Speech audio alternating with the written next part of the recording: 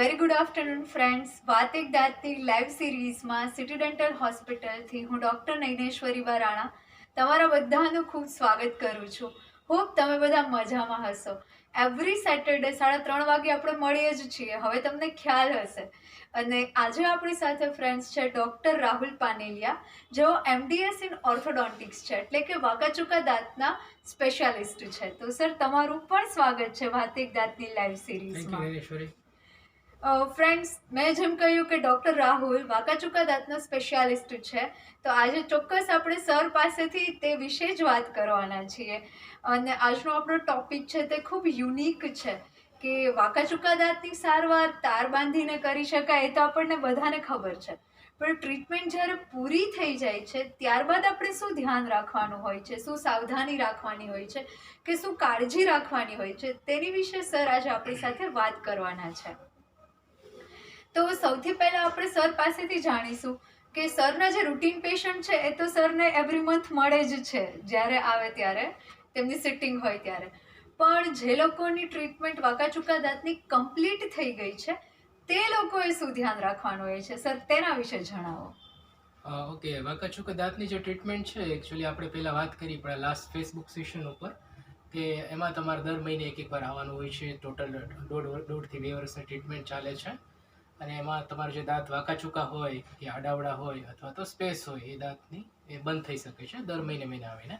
એમાં એને બ્રેસિસની ટ્રીટમેન્ટ કહેવાય. અને બ્રેસિસના અલગ અલગ ટાઈપ્સ છે. આપણે લાસ્ટ ફેસબુક સેશનમાં ડિસ્કસ કર્યું એ પ્રમાણે મેટલના બ્રેસિસ અને સિરામિકના બ્રેસિસ.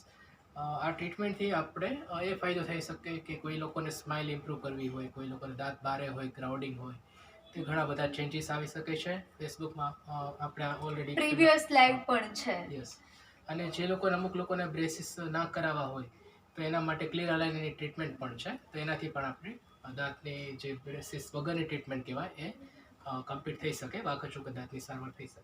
એક્ઝેક્ટલી, જે આપણું પ્રીવિયસ લાઈવ હતું ડૉક્ટર રાહુલ સાથે, જેમાં સરે ખૂબ સરસ રીતે મેટલ બ્રેસિસ છે, સિરામિક બ્રેસિસ છે, કે બ્રેસિસ એટલે કે તાર લગાવ્યા વગર ક્લિયર અલાઇનરની મદદથી દાંતને આપણે કઈ રીતે તેની જગ્યાએ વધારે સારી રીતે ગોઠવી શકીએ અને આપણી સ્માઇલ છે તેને વધારે બ્યુટીફુલ બનાવી શકીએ, તેના વિશે વાત કરેલી જ છે. અને આજે પણ સરે આપણને થોડું ઇન્ટ્રોડક્શન આપ્યું, so thank you so much sir.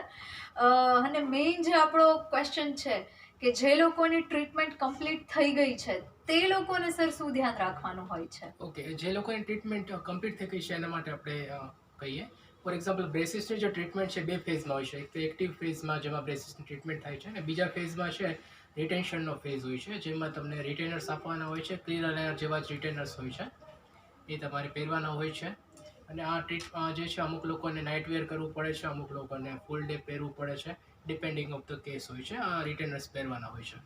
Okay, તો સર, આ રિટેનર્સ પહેરવાની જરૂર શું કામ પડતી હોય છે? ઓકે, જરૂર એટલા માટે કે આપણે જે ટ્રીટમેન્ટ કમ્પ્લીટ થઈ જાય પછી આપણે જે દાંત છે પોતાની ઓરિજિનલ પોઝિશન ઉપર જવાની ટ્રાય કરે. ઓકે. એનું મેઇન રીઝન એ હોય છે કે આપણે જે નવું બનેલું જે હાડકું છે, રિમોડલ જે બોન કહેવાય ને, એની પાછું મેચર થતા વાર લાગે છે. પ્લસ આપણા જે સોફ્ટ ટિશ્યુઝ હોય એને એડેપ્ટ થતા વાર લાગે છે, એને રિમોડલ થતા વાર લાગે છે.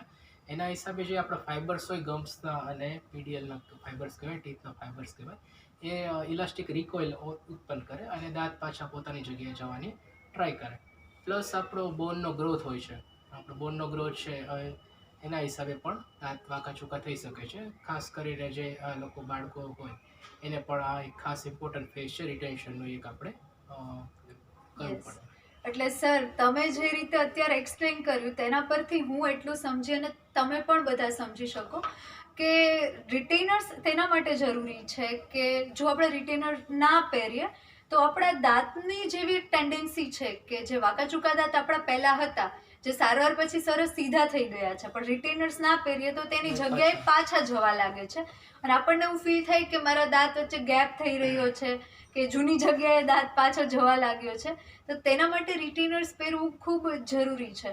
તો આ વિડીયો તમારા ફેમિલીમાં, તમારા ફ્રેન્ડ્સમાં, અથવા તો જે લોકોની અત્યારે ઓર્થો ટ્રીટમેન્ટ ચાલી રહી છે અથવા પૂરી થવા પર છે, તો તે લોકો સાથે ખાસ તમે શેર કરી શકો કે ટ્રીટમેન્ટ થયા બાદ શું ધ્યાન રાખવાનું છે, જેમાં અત્યારે આપણને સરે રિટેનર્સ વિશે સમજાવ્યું.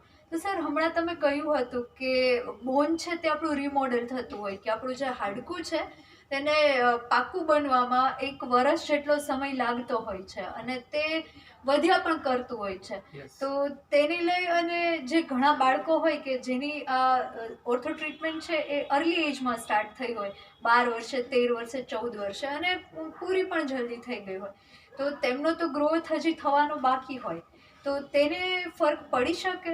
હા, જે બાળકો ટ્રીટમેન્ટ કરાવે છે 12-13 વર્ષની ટ્રીટમેન્ટ 1.5-2 વર્ષ ચાલતી હોય છે, અને આ જે બાળકો છે એમાં ગ્રોથ ટીનેજ યર સુધી ચાલતી હોય છે. તો આ બાળકોમાં ખાસ રિટેન્શનનો ફેસ દેવો જરૂરી છે કે ભાઈ એનું જે હાડકું હોય છે ગ્રો કરતું રહેતું હોય છે, અને એના હિસાબે શું થાય કે આપણે જે ગાલ અને ટંગનું પ્રેશર છે દાંતની ઉપર એક્ઝર્ટ થાય, તો એના હિસાબે આપણા દાંત પાછા ઇન્ક્લાઇન થઈ શકે અથવા તો વાંકા ચૂકા થઈ શકે. એવું નથી ખાલી બાળકોમાં, આપણે કોઈ પણ વ્યક્તિ જે છે એના દાંત એક જગ્યાએ સ્ટેબલ નથી હોતા, દાંત જે છે એ મૂવમેન્ટ કરતા જ હોય છે લાઈફ લોંગ. તો એટલા માટે જ આપણે રિટેન્શનનો ફેઝ એ જ ઇમ્પોર્ટન્ટ છે કે દાંતને આપણે વાંકા ચૂકા દાંતની ટ્રીટમેન્ટ કર્યા પછી જે દાંત આપણને અલાઇનમેન્ટમાં મળ્યા છે એ આપણે એવા ને એવા જાળવવા માટે આપણે રિટેનર્સ પહેરવા પડે છે ટ્રીટમેન્ટ કરાવ્યા પછી. યસ. અને ઘણા લોકોને સર ઓર્થો ટ્રીટમેન્ટ કમ્પ્લીટ થઈ જાય ત્યારબાદ હેબિટ યા તો પહેલા હોય યા તો પછી ડેવલપ થતી હોય.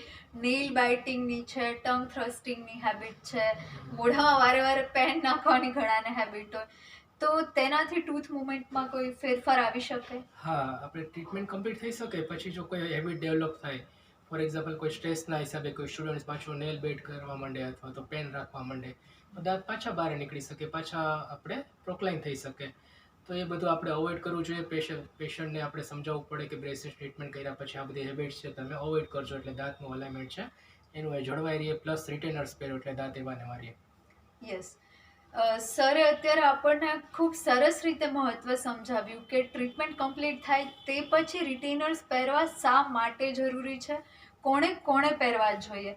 તો સર હવે થોડું અમને એ પણ ડિટેલમાં જણાવો કે આ જે રિટેનર્સ છે તેને દિવસમાં કેટલી વાર પહેરવાના હોય અને કેટલા સમયગાળા સુધી પહેરવા માટે જરૂરી છે આ? ઓકે, રિટેનર્સ જે છે એનો કોઈ સમયગાળો નથી હોતો કે કેટલા વર્ષ આપણે ટ્રીટમેન્ટ કર્યા પછી આપણે પહેરવા જોઈએ. એકચ્યુઅલી રિટેનર્સ છે લાઈફ લોંગ એટલે કે ફોરએવર પહેરવાના હોય છે. એના કારણો એ છે પહેરવાના કે મેં તમને પહેલાં કીધું એ પ્રમાણે બોન છે ગ્રોથ કરતું હોય છે, પ્લસ અલગ અલગ હેબિટ્સ કોઈ ડેવલપ થાય, પ્લસ આપણું નોર્મલ ડેન્ટિશન છે એ હંમેશા માઇગ્રેટ કરે. તો એ બધું અવોઇડ કરવા માટે આપણે રિટેનર્સ છે લાઈફ લોંગ પહેરવા પડે. જેટલા લાંબા સમયગાળા આપણે રિટેનર્સ પહેરીએ એટલે દાંત એવા ને એવા આપણી પોઝિશન ઉપર યસ. રહે, અલાઇનમેન્ટમાં એ રહે. એટલે ખાસ આપણે રિટેનર્સ પહેરવા પડે ટ્રીટમેન્ટ કર્યા પછી.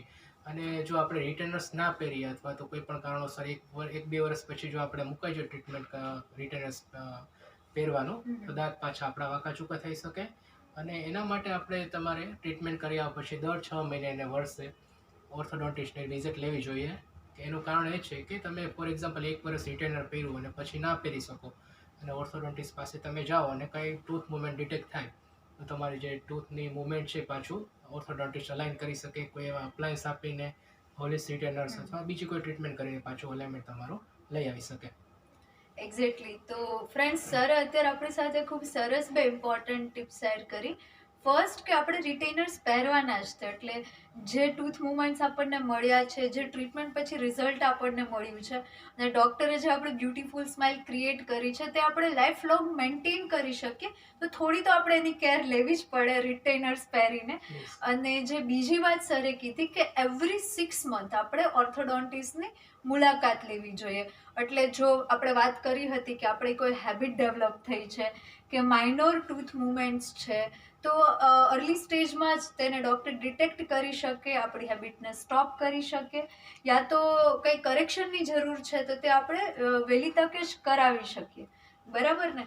તો ફ્રેન્ડ્સ, ચોક્કસ આ વિડીયો તમે શેર કરજો તમારા ફ્રેન્ડ સાથે, તમારી ફેમિલી સાથે. વાંકા ચૂકા દાંતને લઈને જો તમારો કંઈ પણ પ્રશ્ન હોય તો તમે અમને ફેસબુક પર મેસેજ કરી શકો છો અને સિટી ડેન્ટલ હોસ્પિટલના ઓફિશિયલ નંબર પર કોલ પણ કરી શકો છો. ડૉક્ટર રાહુલ શ્યોર તમને ગાઈડન્સ આપશે. So thank you so much વાત એક દાંતની સિરીઝમાં અમારી સાથે આજે જોડાવા માટે. Thank you.